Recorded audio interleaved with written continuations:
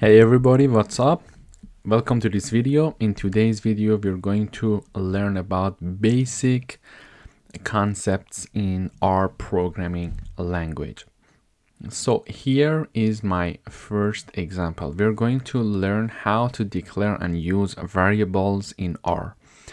So first of all, we need to be familiar with the assignment operator. So this is the assignment operator, which is this one. So when I want to assign a number to a variable, I use the assignment operator as you see it here. Okay. So this line of code means that x gets the value 10, or we can say number 10 is assigned to the variable x. So this is basically how we can assign a number to a variable in R. Then in the next line, we are having the assignment of number 5 to a variable y. So y equals 5 or y gets 5. So this is how we are assigning number 5 to a variable called y. Then in the next line, we are adding x and y and storing it in a variable called z.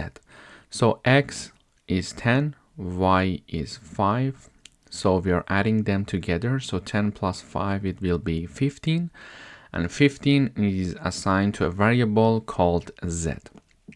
And finally, in the output, we are printing the value of the variable z using the print function. So we use the print function, and in parentheses, we write down the name of the variable we would like to be printed.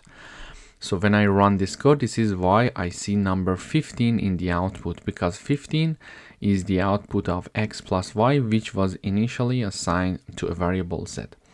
But if I want to have something more than this, so I could have a variable, for example, x1, and number 12 is assigned to it. I can have the variable x2 and number, for example, 8 is assigned to it, and I have a variable called x3 and x1 minus x2 is assigned to it. And finally, I would like to print the variable x3 in the output.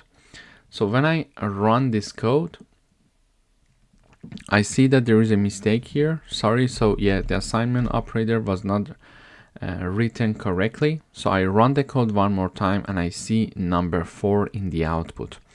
This number 4 comes from the fact that number 12 is assigned to a variable x1 and number 8 is assigned to a variable x2, and we are having x1 minus x2, meaning that 12 minus 8, which is number 4, is assigned to variable x3. And then we are printing the variable x3 in the output, which is this number 4 in the output. So basically, this is how we can have the declaration and using variables in R. Thanks for watching.